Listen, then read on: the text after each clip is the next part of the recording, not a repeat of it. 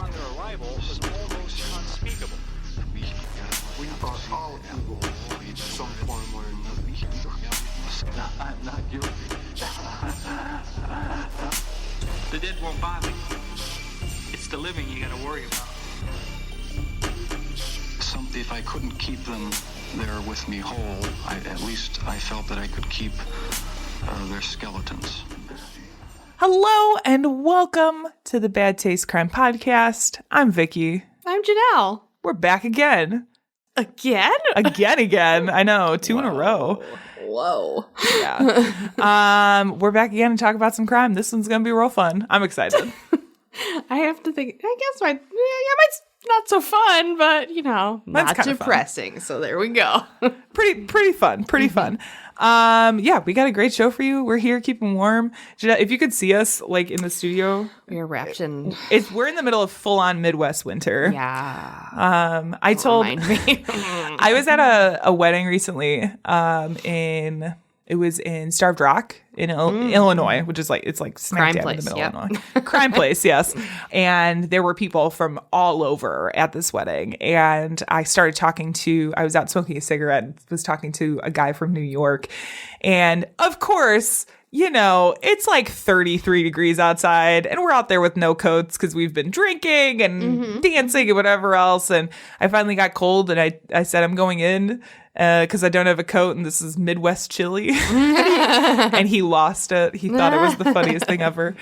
So yeah, we're on like full on winter mode. We got blankets. We're all... But it's supposed to warm up in the middle of the week. Cuddled up.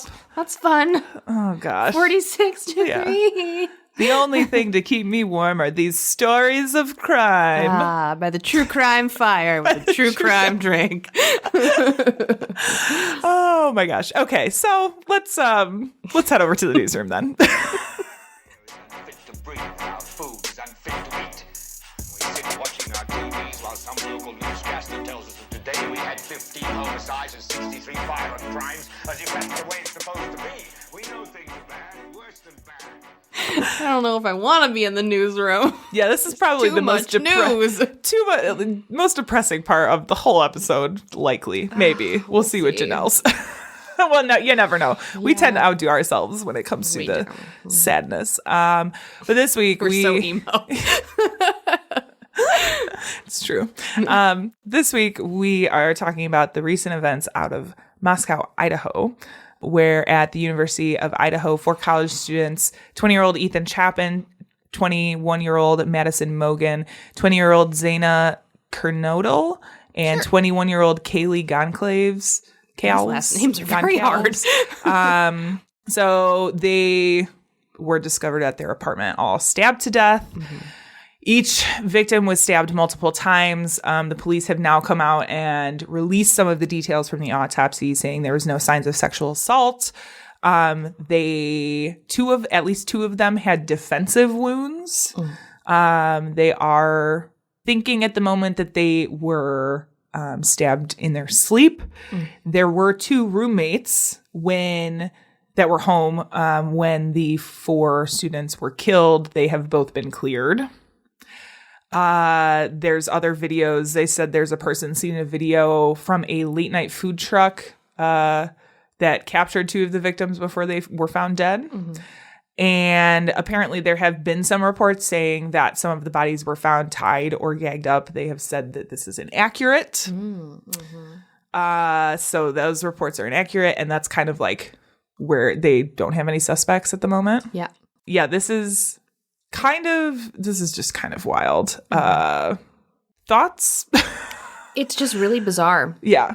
The amount of people that were around. Yes. The amount of people that were still in the house alive. Yes. And then I was interested because there were so many fucking false reports of things. Mm-hmm. And someone posted a timeline of all the places that all 4 of those people had been in the hours up to them being killed. And they were like bouncing from parties to a restaurant, to a party, to a hangout session, so they were like all over the place. Yeah, yeah. So it was I thought it was really interesting because of how absolutely chaotic it was. And the instance of how it happened within your apartment. Like that's mortifying. Yeah. Yeah. They've also said, there was a 911 call made at 11:58 a.m.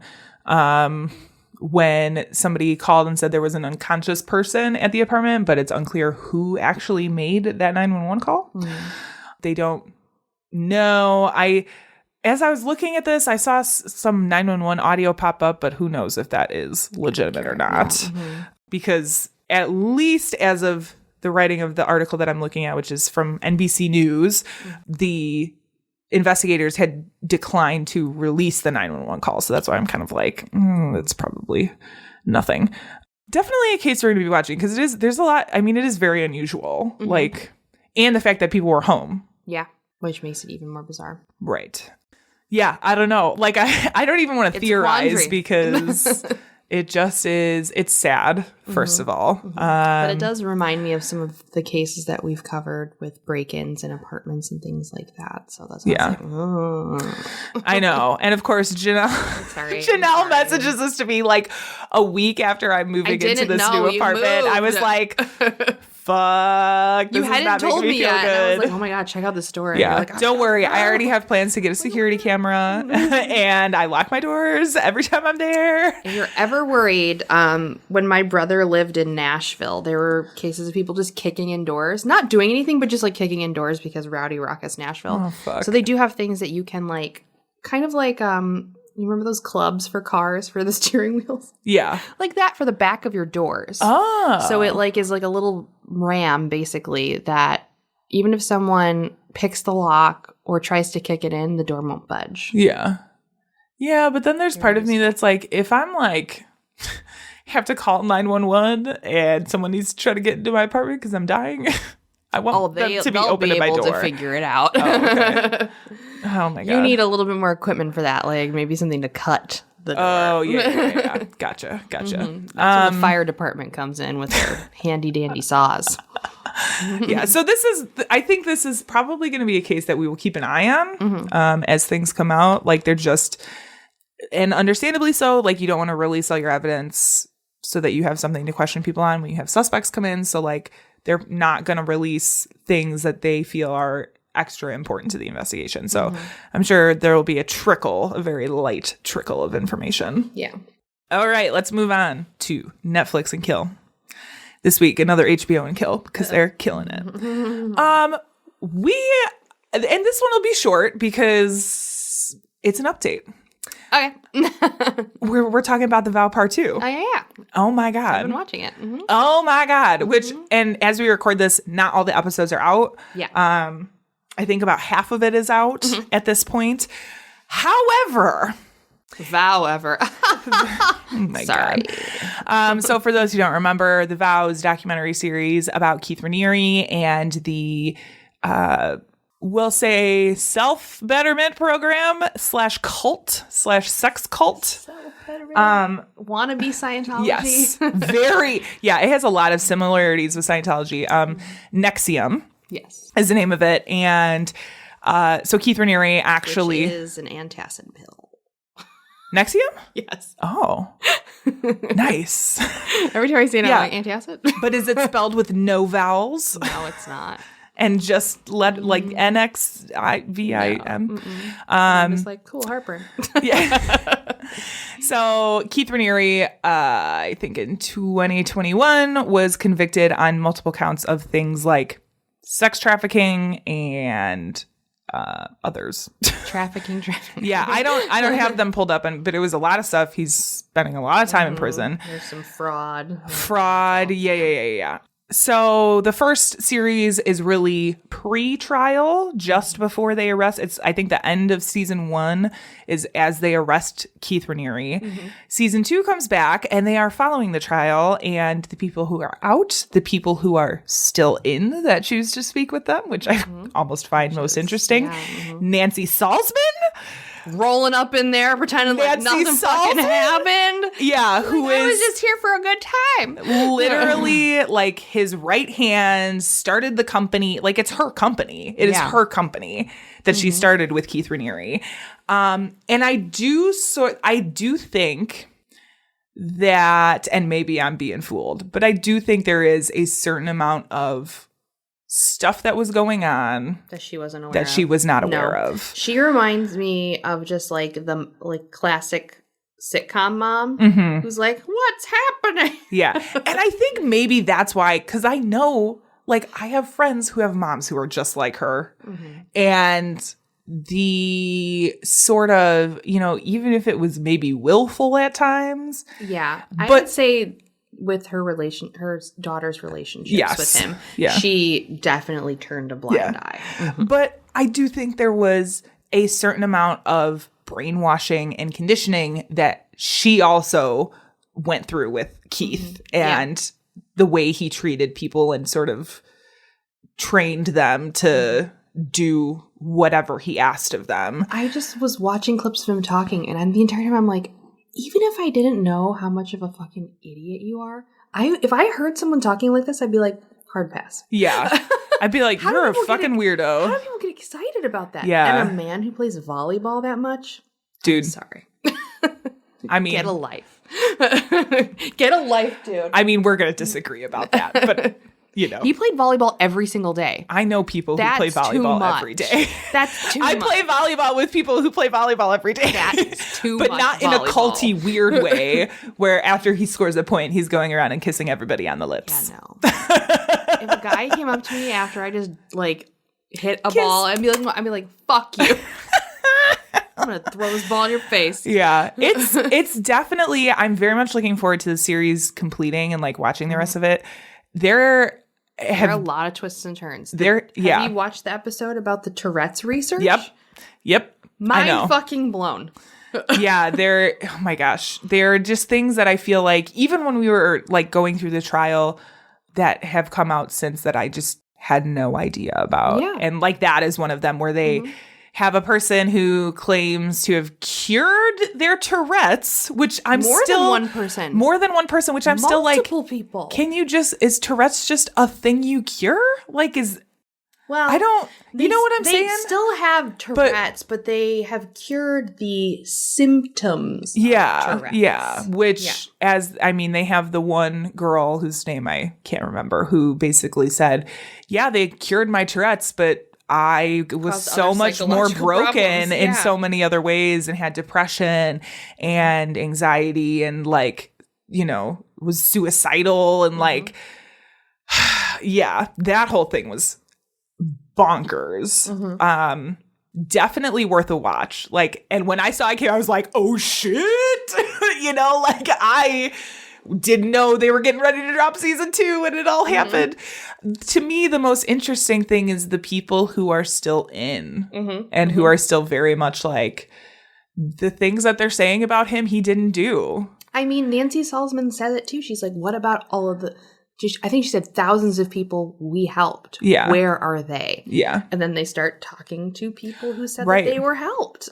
Right. And maybe on some level they feel like they were helped, but that still does not erase all of the horrific shit that he did. And the grooming and the branding and the... Jim Jones. Look at Jim Jones. Literally. What he did before he started going off the rails doing drugs and moving his entire congregation. Yeah. Right? He was the first... He was a public advocate. All-inclusive congregation. So things can have great intentions in the beginning and do help maybe a few people.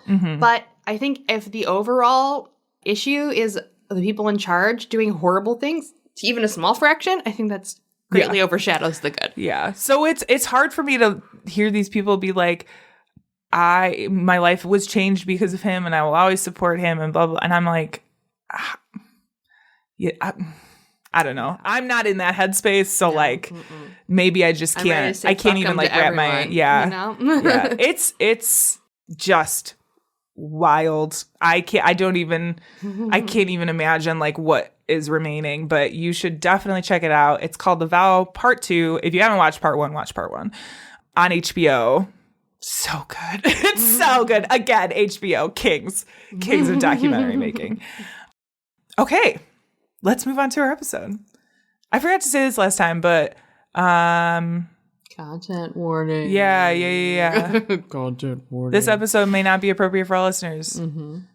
We also forgot to say our names the last episode, too. Yeah. Which I'm now realizing. Well, you said hi, Vicky, and I said hi, Janelle, and I thought yeah, it was but fine. we didn't like. Yeah. Also, if this is your first time listening, a special hello to you. Oh my God. It's like we forgot how to podcast. I know. I It's didn't say fine. that last time either. It's fine. That was like fine. our coming back from not having podcasted in like weeks and weeks and weeks and weeks. Yes. So It's a slow. we got to roll slow back into royal- it. I don't even have my notes royal. pulled up. Hold on.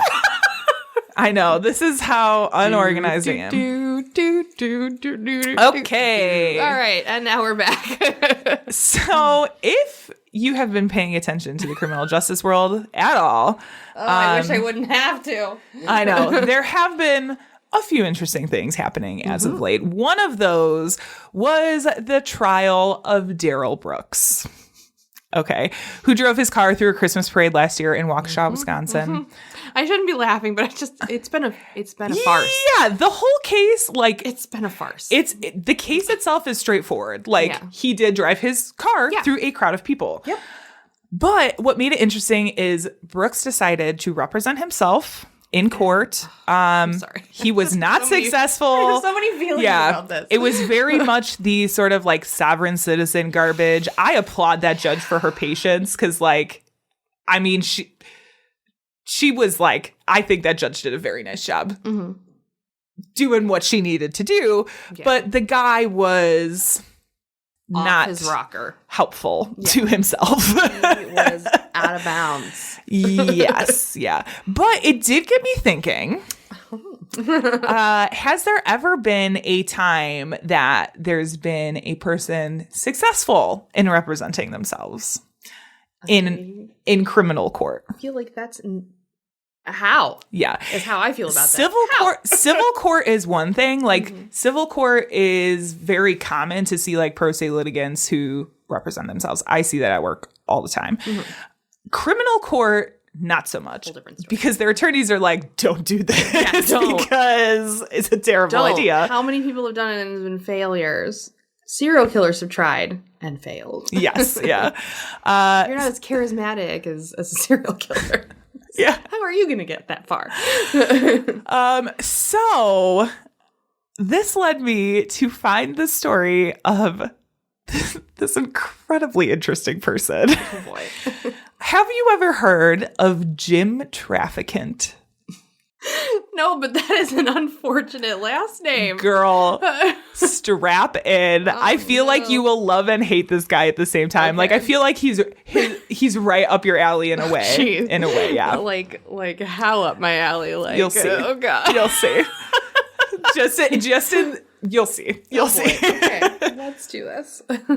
So Trafficant was born and raised in Youngstown, Ohio. Is that his real last name? Trafficant, yeah. Oh my god. Trafficant. Trafficant. Yep. Unfortunate. So Youngstown, Ohio is not the greatest. It is, yeah, they kind of got the nickname of Crime Town. Yeah. Ohio is a place. Yeah, there is a good podcast series, I think, called Crime Town USA, maybe? I don't remember, but you should check it out. There's just too many. Mark Smirling? Yeah. Yeah. Love him. I've listened to some other podcasts he's done. Really good. Anyway, about Youngstown and Jim Trafficant, you should check out. But grew up in Youngstown, Ohio. After graduating high school, he went on to receive his bachelor's in education from the University of Pittsburgh in 1963. While there, Trafficant was the quarterback of the football team playing alongside Chicago favorite Mike Ditka. Oh, Dicka. It's all about the mustache. And the sausage. And the sausage. He was drafted by the Steelers and like later tried out for the Oakland Raiders, but never played professionally. Later, Trafficant went back to school to get his master's in administration from the University of Pittsburgh and a second master's in counseling from Youngstown State University. Oh, giving me PTSD with a double master's. Yeah, right? I thought you would identify with it. Don't do that. From there, he went on to become the consumer finance director for the Youngstown Community Action Program. Okay. He was big into like the addiction space. He taught a bunch of classes on drug and alcohol dependency and recovery at YSU and Kent State, and became the executive director of the Mahoning County Drug Program from 1971 to 1981 before launching into his political career. That's right. Natural progression. We're talking politics today. I thought you said that I would like him. You just wait. Wait. God. So Traficant became the sheriff of Mahoning County from 1981. Just hold on. From 1981 Yeah. to 1985, where he endeared himself to the people of Ohio. He made headlines after refusing to carry out foreclosure orders on out-of-work homeowners, many of whom were like laid off from work. Behind that. Yeah. Mm-hmm. He'd make headlines again when he was charged with racketeering. It's Ohio. Yeah. So, and especially in Youngstown, Ohio at this time. Mm-hmm. So in 1982, Traficant was charged with participating in a bribery conspiracy in violation of the Racketeer Influenced and Corruption Organizations Act, or RICO, as most people know it. RICO. Yes. That old chestnut. So while running for Mahoning County Sheriff, it was alleged that Traficant accepted $163,000 in bribes between January and November 1980 from organized crime members Charles and Orlin Carabia, James Prado, and Joseph Naples Jr., who are all, and like the Carabia brothers and James Prado and Joseph Naples are like separate crime families, two separate ones. So both sides. The case was filed after the FBI received tape recordings of conversations between Traficant and the Carabias talking about the exchange of money. This is from a motion to suppress. He filed a motion to suppress these tape recordings that the FBI had. Quote, the recordings were not made at the time of the alleged bribes, but were made approximately 1 month after Traficant's election and receipt of his last payment. During their investigation, the FBI actually approached Traficant to be like, are you doing your own investigation on the Carabias, as your capacity in sheriff? Or if you're not, will you cooperate with us in order, in exchange for prosecutorial immunity? So the FBI was like, are you criming or not criming? What's going on here? He initially helped, but then just it sort of just dropped off. And so the FBI decided to prosecute him. Okay. This would be the first time that Traficant represented himself in court. There's multiple? Uh-oh. Oh, yeah, girl. Oh, yeah. When the case went to trial, Traficant argued that the bribes were taken as a part of his own undercover investigation. Okay, so he's going to play that card. Okay. Yes. So in 2014, one of the jurors that had sat on the jury for this trial in 83 wrote a piece for the Tribune Chronicle where he remembered some of the eccentricities of the case because this guy was out there. And when you're talking in a political sphere, he seemed like he'd be a fun guy to hang out with at the bar. Yeah. That kind of thing. So this is what he said about the trial. Quote, in Jim Traficant's opening remarks, he stood directly in front of me as I sat in the jury box no more than 4 feet away. Looking me straight in the eye, he said, I fucked the mob. Whoa. Yeah. The juror also said, quote, all the jurors, as I recall, were a bit annoyed at what happened when Traficant tried to present his closing remarks. Every time Jim would try to utter a sentence, the prosecutor would yell, objection. In his vast knowledge of the law, the prosecutor could easily cite many infractions that the amateur defense lawyer Traficant made in his closing remarks. So they were kind of you have this regular guy, some regular guy, and this prosecutor over here just trying to be all, prosecutey, high and mighty, with his law degree. Right? He studied for years to do this fucking job or something. The trial ran for 6 weeks, and it appeared that, the prosecution was not taking Traficant serious at all. They were just kind of this guy over here. The jury would ultimately vote to acquit, with the juror who wrote the article saying, quote, in the end, the jurors came to the conclusion that the prosecution had not proven its case. We couldn't put that man or any man in prison for 23 years with a $30,000 fine based upon what was presented to us during that trial, end quote. And with that, Traficant became the first and only defendant to successfully defend himself in a RICO case. Oh My God. The only one A RICO case. ever. A RICO case of all things. So the RICO case definitely like raised his public image a bit. Like even the jurors at the case were like, he's just some regular guy trying to defend himself. This like kind of regular dude persona. Yeah. But also like sort of fighting the man, like fighting the federal government. Yep. Was like something that people really rallied behind him. Yeah. And they decided to elect him to Congress as a Democrat representing Ohio's 17th district. Okay. Although elected as a Democrat. Oh boy. Okay. Traficant, he had like a weird mixture of some more progressive and some more conservative policies. Like a libertarian. A lot more, I would say a lot more towards the conservative side, especially as the years went on. Like later on, he would go on to vote for Dennis Hastert for speaker. And white like men tend to get really conservative. Would run as an independent and yeah. So he advocated for things like restraints on immigration, is very anti-immigration. And a lot of pro-life policies. He's very much like America first. Would you think I like him? Because of the way he's like, fuck the government. I mean, there's lots of people that in a way, fuck the government that are in a really sassy, like, yeah. I can appreciate the sass. Yeah. But, the rest I do not stand for. It will not stand. Yeah, he did become... Just his attitude, I think, is what you could appreciate. Yeah. He became incredibly well known for his rhetoric in congressional. They do these like 1-minute speeches where you can basically get up and talk about anything for 1 minute.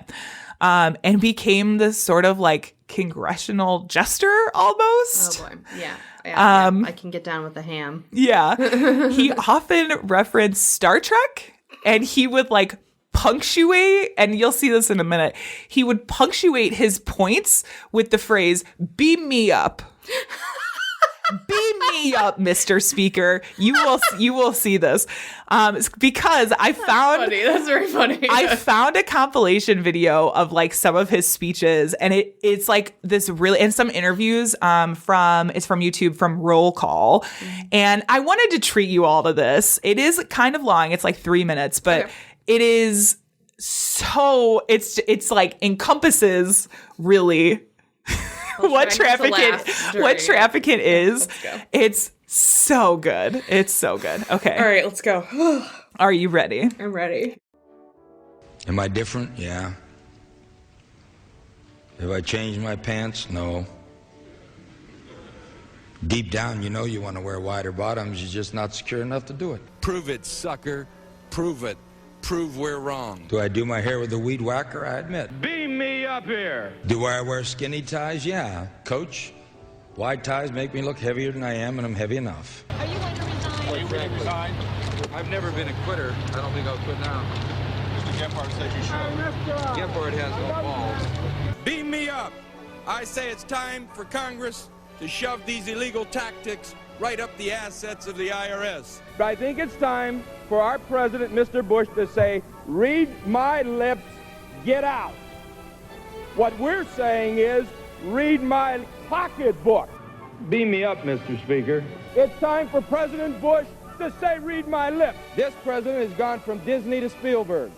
Looney Tunes to outer space, and he's not finished yet. I predict his next production will be a Stephen King thriller. Since the bomb did not detonate, it was not deadly. Beam me up, Mr. Speaker. News reports say, after a game-winning goal at a soccer match in Spain, a player celebrated by biting his teammate who scored on the genitals. Beam me up. Now, I've heard of high fives, back slaps, butt slaps, but ladies and gentlemen, this takes the family jewels. God almighty here. I yield back what has now become known as the big bite. Heavy enough to cause a hernia for the Jolly Green Giant. Maybe it's the type of jobs that are being created. Check this out. How about a handkerchief folder, a drawstring knotter, a hooker inspector, a pantyhose crotch closer machine operator supervisor. I'm a jackass. A muff winder, a fur blower, a whizzer operator, a brazier cup molder fitter. I probably should have been a little bit more diplomatic. How about a drawstring knotter? That's really a goal in life. Screw supervisor, nut former, ball sorter, needle straightener, bucket chucker, slitter, creaser, slaughter operator. Don't laugh. These are all jobs listed by the Department of Labor. He better help my district after I'm in jail, too, or I'll come visit him. I'd have to say, beam me up. And I think these screw supervisors all work for the Internal Revenue Service. Show me the beef. The Department of Agriculture has come to several conclusions. Number one, big farm animals produce more manure than small farm animals. And number two, manure stinks. While I'm congressman, you don't rape my constituents. Beam me up, Mr. Speaker. $200 million to determine that manure stinks. I think they should be handcuffed to a chain link fence, flogged, and all of their hearsay evidence should be thrown the hell out. And if they lie again, I'm going to go over and kick them in the crotch. Thank you very much. So that's just a little taste of Jim Traficant. A lot to unpack there. He sounds like he's a professional wrestling promoter. He does. He sounds like, and not a congressman. He sounds like he is pre-Attitude Era fucking wrestling promoter. Yeah, and he was like, he wore these sort of like flashy suits. You looked at me when he was talking about the pants at the beginning. It's because he wore like bell bottoms and a skinny tie and like So was not in fashion. No, Okay. and I was like, what the fuck is he talking about?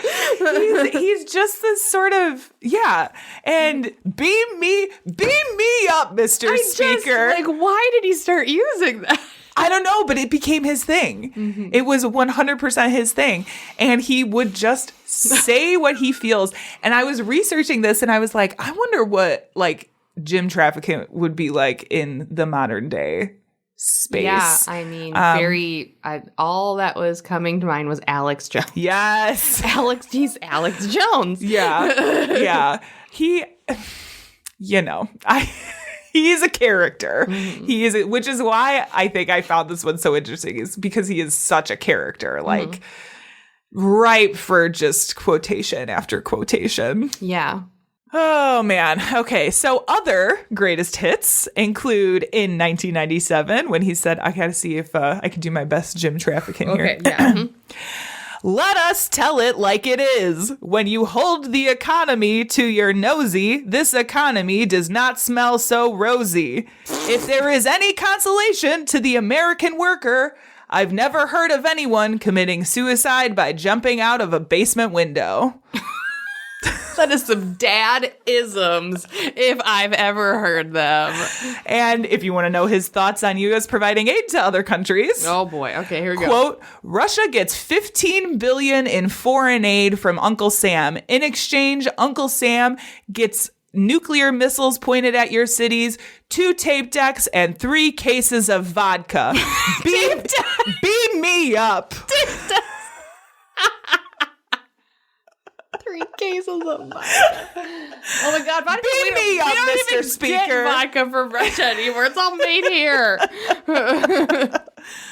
Oh man. Okay, so Traficant was also a strong supporter of John Demjanjuk, which, if you are not familiar, he was a man who was convicted in Israel of being a World War II Nazi concentration camp guard. There's a great documentary about him. He was a support.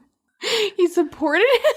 Yeah, he was a. I'm gonna have to hear the story of this. No. This is where things get a little off the rail. There's a great documentary about John Demjanjuk called "The Devil Next Door." It's on Netflix. That goes over all of this. Essentially, he was living in Ohio, just like working at a car manufacturer's place, like hanging out when all of a sudden he was arrested for being a Nazi. Yeah. So Traficant strongly believed that Demjanjuk was a victim of mistaken identity. And that is like, okay, the people, I was like, no, not like, I strongly support. He was a good man who did bad things. I can hear him saying that.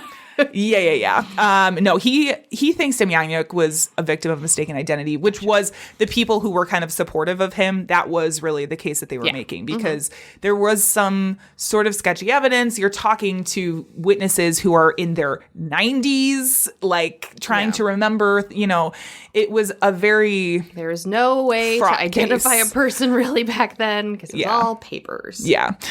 He also thought that the trial that he had been given him was unfair. Demjanjuk's conviction was eventually overturned in 1993. I don't think it had anything to do with trafficking. But he was then deported to Germany, where he died in like 2014, I think. Definitely a good documentary. Check that out. It was I should also mention, I don't think I added this in my notes, but there was like some weird David Duke connection, which David Duke is like KKK straight up. KKK all the way. But like then that connection was denied by some people, but they're never going to be like, I support the KKK. I mean, they will now, but it's supposed to be a secret. I know. Anyway. That's the whole point of the organization. And to be secretive. I don't think necessarily that it was Trafficant was supportive of David Duke, but like his ideology. David Duke kind of latched on to Trafficant and was like, this guy is our man. And I think that does sometimes happen to people who don't expect it. Yeah. Where they just start getting championed by the wrong people. So it was a surprise to no one when, during an exhaustive corruption investigation in 2001, Trafficant was once again implicated in taking bribes. Once you bribe once, you gotta bribe again. So this is from the appeal to U.S. v. Trafficant. The indictment, quote, charged that he violated the federal bribery statute, conspired to violate the federal gratuity statute, accepted an illegal gratuity, obstructed justice, conspired to defraud the United States, filed false tax returns, and conducted the affairs of an enterprise through a pattern of racketeering, end quote. So all different flavors of fraud. Once again, Trafficant opted to represent himself against the federal government, hoping, I'm sure, to have the same luck as last time. Like, I beat the feds once, let me do it again. So easy. Rico. Yeah. This time, he claimed this trial was part of a larger scheme for revenge after he had bested the government the first time around. I mean, there could be truth in that. Again, this is from the appeal, quote, the evidence presented at trial demonstrated, among other things, that while he was a congressman, Trafficant demanded thousands of dollars in goods and services from businesses in return for official favors, including contacting the director of the federal aviation industry, the Secretary of State, and the King of Saudi Arabia. Whoa. Paid inflated salaries to his staffers who were required to kick back the difference to their boss, and forced his congressional staffers to bale hay, repair plumbing, and reinforce barns at his show horse farm. What is with people who do crimes being so interested in fucking show horses? Dude, I don't know. It is a fucking thing. I feel like, especially if you're a crimeman from like the country or like the Midwest, like show horses are like the bougie thing to do, right? It's like your mansion or your Maserati or your, like Rolex watch, I guess. Instead, it's a show horse. So fucking bizarre to me. Yeah. Now, according to the Washington Post, the kickbacks that he had required his staffers to pay went as high as $2,500 per paycheck. Fuck. Okay. Trafficant was tried before a jury of 10 women and 2 men. After 4 days of deliberation, they found him guilty on all counts. So now that he had this official conviction, Congress took their turn and moved to expel Trafficant, which is not something that happens very often. Yeah, I've never even heard of that. It can happen. You got to do some real bad shit. After a recommendation from the House Ethics Committee, the House voted to expel Trafficant with a 420-1 vote. He was the second House member to be expelled for unethical conduct since the Civil War. Okay. The first one had to do with somebody in the Abscam controversy, which was also like a bunch of fucking racketeering charges and shit. Now, shortly after he was expelled from Congress, the court sentenced Traficant to 8 years in federal prison and $250,000 in fines. In 2002, Traficant went into prison where, upon entry, he had to reveal to the guards that he had been wearing a toupee. Like, he was... Just like the small stupid things. Oh, okay. Yeah. Probably He with was- a metal clip or something. He's like, I can't bring this in here. Yeah. And he was like kind of known for his hair because it was sort of a mop. Like it was just kind of crazy. But sometimes it was described as like high, like bouffantish. And to find out that all this time it had been a toupee the entire time. I mean, that must be a really good like wig maker. Or he just gets new ones every week. Yeah. With all that kickback money. I mean, only the nicest toupees. All day. Oh, man. While he was incarcerated, Traficant actually attempted to run for another term in the U.S. House as an independent. Okay, that makes sense.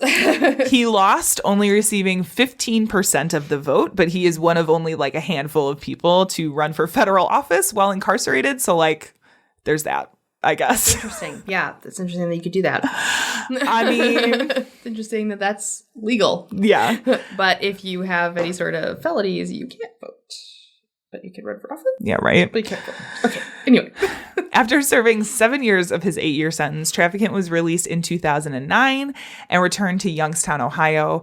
Many people were like still pretty supportive of him and hoped that he would run for office again. And he kicked around like the talk show scene, you know, doing sort of like Sally Jesse Raphael. Yeah. Jenny Jones. Yeah. More like it was like the Tucker Carlson type. Okay, Yeah. Okay, Fox and Friends. Okay, Yeah. He didn't do those No specifically, but it was like the local versions. Yeah. And he wrote a few articles and like op-eds and stuff before he decided to run for his former congressional seat again. This time out of prison. Can't stop, won't stop. Can't stop, won't stop. He was beaten a second time, but put up a slightly better showing with 16% of the vote. How many more points is that? That's a whole 1 point increase. Whoa, I thought 1 so. point, yeah. In 2014, while Traficant was working on the farm, pulling a tractor into a pole barn, it ran into a steel blade and flipped, landing on top of the former congressman. What a fucking way to go. I know.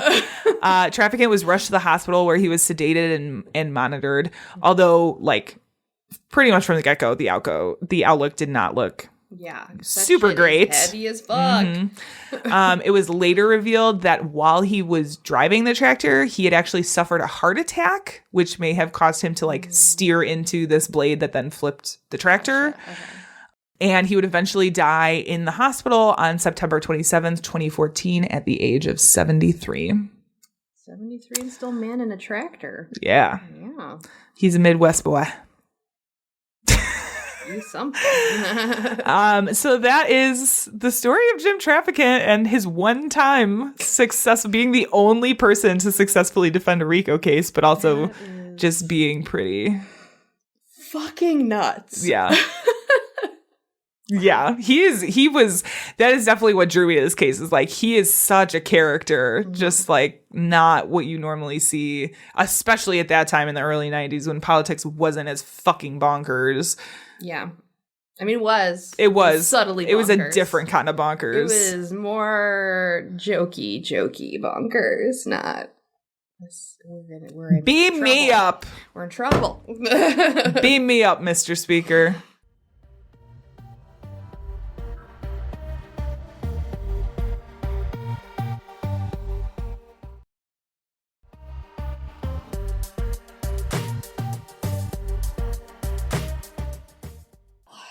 Okay. Mine is not going to be as hilarious. Oh. I love not being the one to bring it down for once. It's always me. It's not going to be that sad. No. It's not going to be that sad. There's no death. Oh, good. So, I am going to look at a landmark case. Okay. That actually approaches this topic backwards. Oh. So okay. I'm looking at the landmark case Gideon v. Wainwright, when a defendant was forced to represent himself. Okay, interesting. And you're probably going, huh? How? Well. Oh, God. Old-timey politics and laws. Yes, laws. Not the greatest. Because I'm sure, correct me if I'm wrong, but this is like an old case, right? Not that old. How old? But 1960s? It's pretty old. Yeah. Back in the heyday of the Supreme Court. Oh, God. Yeah. This is going to take a look at how the Sixth Amendment wasn't applied justly. And you're going to be in for an interesting ride. Oh, no. Right, here we go. So Clarence Earl Gideon was born in 1910 in Missouri, and he had a less than average upbringing and was generally poor the entirety of his life. He began a life of petty crime as a teenager because, let's face it, Missouri is fucking awful. Yeah. And what else are you going to do? Crime. Crimin'. Mm-hmm. So he moved around quite a bit doing the crime thing. He was arrested several times for burglary, robbery, and larceny. Okay. All the heavy Burgle, hitters. larceny. Mm-hmm. He was arrested in 1930 for a slew of crimes, but he was released after 2 years for good behavior. Because although he's doing the robbing, he's not necessarily a bad man. A bad and you know what? That is not super uncommon. Yeah. Like some people are forced to crime to survive. Mm-hmm. So not necessarily a bad man. Most of the stuff that he was doing wasn't hurting people. Yeah. And he didn't really have weapons. He was just stealing things. Yeah. So if you weren't catching the time period in which he was released from jail, it was 1930s. So Great Depression. Oh, God. So shit was fucked. True. And Gideon stayed in poverty. And so the only thing he was able to do was continue to go a-robbing. So that's what he did. Fair. Now, he moved around Kansas and Texas, and he got married a few times, but nothing really stuck because he was constantly going to jail for a robbing. So these wives were like, I need a person who can go to work and support me because depression. Yeah. So, you know. Eventually, he got married to a woman named Ruth. This was his fourth marriage. And they seemed to be really happy, and he was beginning to be on the straight and narrow. He got a regular job as a bartender. Ruth had 3 kids previously with another husband, and when they got married, they had an additional 3 kids. So they had 6 kids fucking total that they had to take care of. So I should never be so, like, I feel like back in the day, they just had a shitload of kids. And every time I hear how many kids people have, I'm always surprised. But I should not be surprised anymore because everyone had like 20 kids. Yeah. So this is about the 1950s as well. So we're out of the Great Depression. So having kids isn't like a horrible strain, but if you're already kind of a little poor, it's not great. Right. So they got 6 kids. Oh my God. He contracts tuberculosis and becomes bedridden for 3 years. Oh. Effectively putting him out of any way to work. Yeah. This left them back in the poorhouse. 6 fucking kids. Wow. Tuberculosis. Yeah. Bedridden. Like, not looking great. He took up work on a tugboat for a bit, but that was not a well-paying job and also hurt. Yeah. So if you remember, I've covered a lot of cases where people wound up working on boats. Poor on boats. Yes. It's a thing. Yeah. So, in the true fashion, just like the other people I've covered, he started to supplement his income by gambling. Of course. It's a cycle. I keep talking about it. boy. Where is the research on the tugboat to gambling poverty cycle? The tugboat to gambling fast lane. Yeah. Oh my God. So he's gambling on the side, still working on a tugboat, trying to make a little more money. That never works. Still fucking poor. So he turned to his old robbing ways. On June 3rd, 1961, Gideon was arrested after a witness said that they saw him walk out of the pool room with bottles in his hand. The pool room is the name of a bar. Okay. With bottles in his hand and what seemed to be pockets full of coins. Okay. It was alleged that he stole liquor and change from the jukebox. Ooh.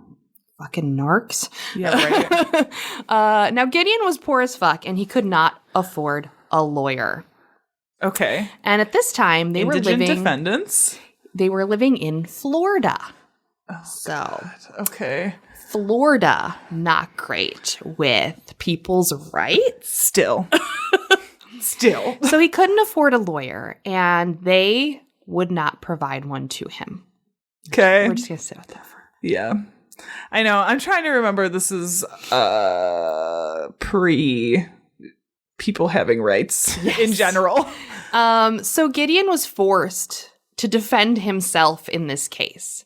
And he had dropped out of middle school and had a really limited education. So he really didn't have an understanding of what to do and how to pull resources and how to do any of the things. Like no researching. He just didn't know. Yeah. So instead, he kind of just went on there and professed his innocence. He suffered through the trial, and to no surprise, it didn't go well. Yeah. He made an opening statement to the jury, cross-examined the state's witnesses, presented witnesses in his own defense, and declined to testify himself. Okay. He did make a short argument emphasizing his innocence to the charge contained in the information filed in the case. So he was able to kind of. I mean, if you're smart enough to not, I feel like if you're smart enough to not testify yourself, like you're doing okay. Yeah, that's half the battle. So not too bad. Yeah. In August of 1961, he was convicted of larceny and sentenced to 5 years in a state prison. Okay. Larceny because it was the jukebox change. So there's some weird laws going on with jukebox change. Gotcha. Also alcohol too a little bit, but mostly they made it a point to say it was because he stole change out of the jukebox. Okay. Now, while in jail, Gideon began to get interested in law and wanted to know more. He started reading about the Sixth Amendment and realized he'd been fucking shafted. Oh, shit. Okay. He believed that the judge who saw his case violated his rights. Sure. So Gideon filed in the Florida Supreme Court this habeas corpus attacking his conviction and sentence on the grounds the trial court's refusal to appoint counsel for him denied him his rights, quote, guaranteed by the Constitution and the Bill of Rights by the United States government. Treating the petition for habeas corpus as properly before it, the state Supreme Court, upon consideration thereof, but without an opinion, denied all relief. So. Okay. Mouthful. But basically, under the Sixth Amendment, you have the right to be represented. Yeah. Now, Florida is Florida, and they approached things in a different manner. Mm-hmm. They believed that that is only the case for things that have to do with federal law. Oh, no. Yeah. They're like, that's what? No, that's not Florida. Yeah. That's not how that works. They're like, it's a state's right issue. That is not a states' rights issue. Listen, Florida. This is how we got to where we are now. This is not a states' rights issue. This is a human beings issue. Fucking Florida. Okay. So after the Florida Supreme Court denied, Gideon appealed to the United States Supreme Court in a suit against the Secretary of the Florida Department of Corrections, H.G. Cochran. Okay. Now, Cochran had retired when this went to the Supreme Court and was replaced by Louis Wainwright. So that's why the case is Gideon versus Wainwright. So Gideon argued in his appeal that he had been denied counsel and then therefore that his Sixth Amendment rights, obviously, were refused. And as applied to, he had been violated. So he was like, bringing out all this knowledge he learned in jail, like, oh, fucking look at, I know the Sixth Amendment and Florida doesn't.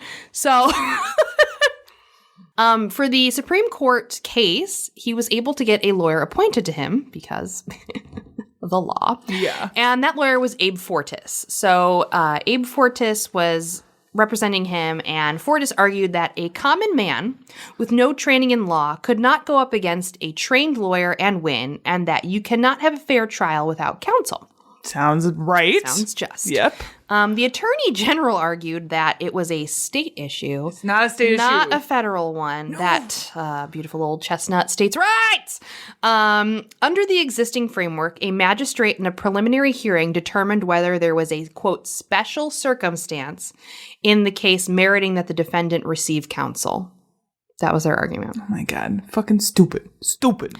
But Fortas highlighted that determination occurred too early in this case to be of any use. Okay. For example, whether a witness's statement should be barred because it was hearsay is an extremely complicated issue that no layman could readily confront, and such a situation arises only during a trial. So, it's a witness, there's so many, loopholes and things, and a witness isn't exactly the point in which a case should be determined on, right? Right. So, a common person wouldn't know that. Yeah. Wouldn't know how to approach that and talk about it and go around it and get a witness maybe thrown out or have it questioned further. Yeah, hearsay is like a very complicated issue. Another example that he used in his arguments for this was Fortas noted that when Clarence Darrow, who was widely known as the greatest criminal attorney in the United States, was charged with jury tampering and subpoena perjury, the first thing he did was get a lawyer to represent himself. And Fortas stated that if a lawyer as prominent as Darrow needed an attorney to represent him in criminal proceedings, then a man without a legal education, or any education for that matter, needed a lawyer too. Yeah, I mean, that's a very good point. Solid fucking argument. Very good point. However, all of that stuff that Florida was trying to do did not work. So, good. In 1963, March of 1963, the United States Supreme Court ruled in Gideon's favor. Good. Their opinion were that lawyers are necessary in court proceedings, not luxuries. Yeah. Yeah. Duh. Like the Sixth Amendment states. And the fact that we have to have a fucking trial about this. Also, the idea that, like, literally the federal constitution does not apply to states is like... States? A what? Rights. Okay. What? Yeah. States' rights. It is a state issue. It's not. It's not. The right of one charged with crime to counsel may not be deemed fundamental and essential to fair trials in some countries, but it is in ours, is what they said. Yeah. So Good. I'm going to read a little bit more of this opinion because I thought it was just so well fucking put. Oh, yeah. Sometimes, so it's a big paragraph. Supreme Court opinions can be real fucking bangers. They can be really great. They can be bangers. So they went on to state that from the very beginning, our state and national constitutions and laws have laid great emphasis on procedural and substantive safeguards designed to assure fair trials before impartial tribunals in which every defendant stands equal before the law. This noble ideal cannot be realized if the poor man charged with crime has to face his accusers without a lawyer to assist him. A defendant's need for a lawyer is nowhere better stated than in the moving words of Mr. Justice Sutherland in Powell v. Alabama, quote, "The right to be heard would be, in many cases, of little avail if it did not comprehend the right to be heard by counsel. Even the intelligent and educated layman has small and sometimes no skills in the science of law." No shit. Yeah. If charged with crime, he is incapable, generally, of determining for himself whether the indictment is good or bad. He is unfamiliar with the rules of evidence.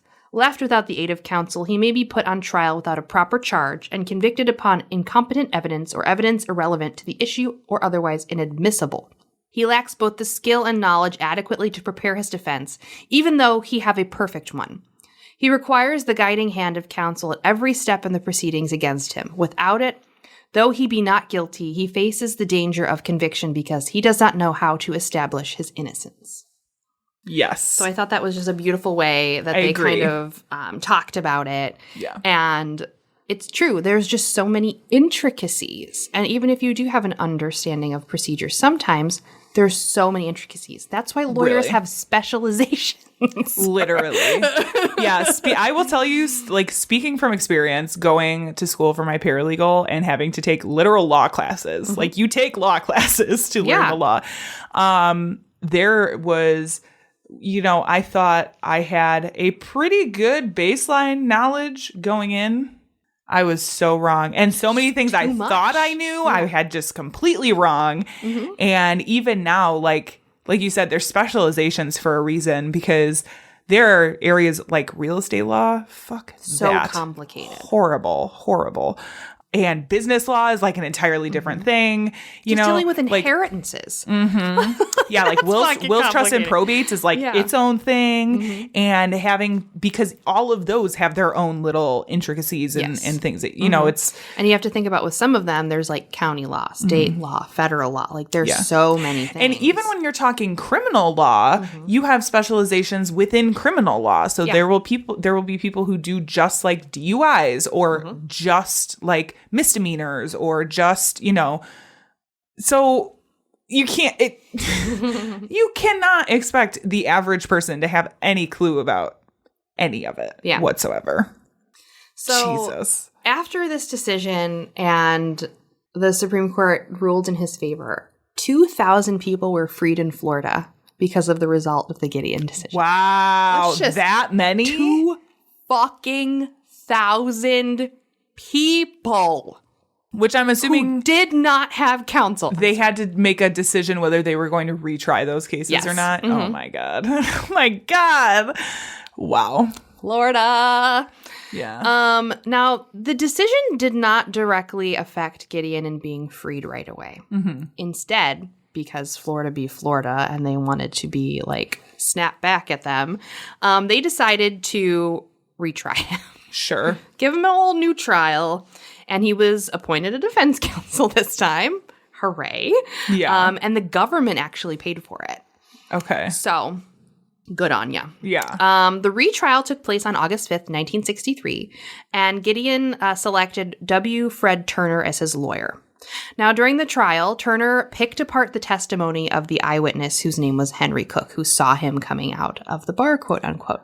Oh. In his opening and closing statements, Turner suggested that Cook likely had been a lookout for a group of young men who broke into the pool room themselves to steal beer and then grabbed the coins while they were there.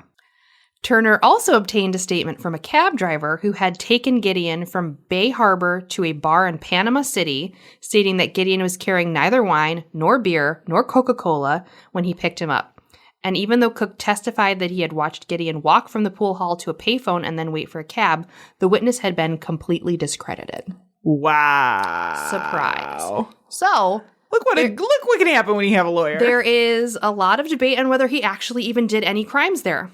After only 1 hour of deliberation, he was acquitted. Wow. Good. Good. I mean, seriously, like, look what can happen when you have a good lawyer. Yeah. Like, exactly. Even just a minorly competent one. There are some, I will say, some really bad lawyers out there. There are. But there are some really good ones, too. Like, you gotta, shop around. Yeah. That sounds awful. You do have to shop around. You do have to shop around. But, I mean, even just having any representation, like, there was no way he would have. Oh my God. That's crazy. It just is, the whole thing is just wild to me. Yeah. I wanted to kind of end this a little bit with a quote here, because after this Supreme Court ruling, Florida then required public defenders in all of its circuit courts. Duh. So everyone be having a lawyer. Sure. And this happened in 1963. Robert Kennedy, if you know him, RFK. Ooh, no. He actually made a public statement about this case because he was very much about human rights, and that's a lot of what he worked on in his, way to trying to become a nominee for president. Yeah. He stated, if an obscure Florida, I have to do it in my RFK voice. If an obscure Florida convict named Clarence Earl Gideon had not sat down in prison with a pencil and paper to write a letter to the Supreme Court, and if the Supreme Court had not taken the trouble to look into the merits into the one crude petition among all the bundles of mail it must receive every day, the vast machinery of American law would have gone on functioning undisturbed. But Gideon did write that letter. The court did look into that case, and he was retried with the help of competent defense counsel, found not guilty, and released from prison after 2 years of punishment for a crime he did not commit. And the whole course of legal history has been changed. That's pretty good, Kennedy. Thank you. I went off a little crazy into my radio voice a little bit, but yeah. So after the case, Gideon returned to his everyday life and married again for a 5th time. He remained in Florida for a while and died of cancer in 1972 and was put to rest back in his home of Missouri. Wow. But that is the case of Gideon v. Wainwright, and now why Florida has to have public defenders for everyone. Florida and the entirety of the United States. Yes. But specifically Florida. A little bit of a thumb up to Florida. I thumb at you, sir. I wouldn't be surprised, like, if we found out that happened, like, all over the South. Like, that seems like 1,000%. Yeah, I like, guarantee it. Oh, that seems like some real Or Southern purposefully bullshit. given incompetent counsel has happened a lot. Yes. That's been the basis of many a books written by many a true crime authors. Yes. Yeah. Interesting. That's wild. Yeah, I was looking for other cases too, just like you. I was like, well, has anyone been successful in this? And then I came across this particular case, and I was like, oh, it's a landmark case about, defense. And I thought it was so interesting that he was forced to represent himself and did a decent job. Yeah. Considering. Yeah. And that he was able to go to jail and realize that his fucking rights were violated. I know. That's... A man with a middle school education. Get it. Right? Get it, homie. Yeah. And to answer that question, not very many people have successfully defended themselves. Yeah. Very, very few, because it's hard. Yeah. But if you are thinking of defending yourself in your court, don't do it. First of all, get an attorney. This is not legal advice, but just get a fucking attorney. This is just life advice. Yeah. Always get an attorney. No matter what. Even if you know you don't need one. Get one. But also listen to this podcast. Hi, I'm Lainey, host of the new podcast, We're All Just Pretending. It's a podcast that has elements of Dear Abby with a twist of Post Secret. Every episode, I'll read listener questions and provide advice and insight as a friend. My own pod friends will even join in and offer their advice on parenting, relationships, and even give you really bad advice on purpose. Since we all have secrets to share, there'll also be a segment focusing on letting the skeletons out of your closet. If you're looking for advice or want to share a secret, head to allpretendingpod.com. And remember, we're all just pretending here. All right, Janelle, that has been our episode. Well, I don't plan on doing any crimes lately, but No. Always lawyer up. Just like wear a condom. Always lawyer up. It's true. Don't be a fool. Call your lawyer. Wrap up that case with the lawyer. Yeah. So we'll be back in 2 weeks. I mean, there's really not that much going on except just Happy podcasting. Holidays, Happy holidays. That's I forget when this is coming out, but please just be safe, make good choices. Don't try not drive. to Is that a thing still? Try not to like fight too much with the family. Yeah, no familicide this holiday season. No, I would love a familicide-free holiday. Thank you. If you feel like you're gonna murder your family, take a deep breath. Take a walk. Grab a bottle of wine. Go outside. Take a walk. Take a walk. Take a walk. Take a lap. Do a lap. Do a lap. Come back. Do a no familicide lap and come back. Oh my God. Do you have anything else before we end the episode? That's the sage advice I have because, the holidays are a trying and traumatic time. That's tough. On that note, our sound and editing is by Tiff Fullman. Our music is by Jason Zakshevsky, the Enigma. So much hype. This has been the Bad Taste Crime Podcast. We will see you in 2 weeks. Goodbye. I demand a lawyer. Beam me up, Mr. Speaker. Beam me up.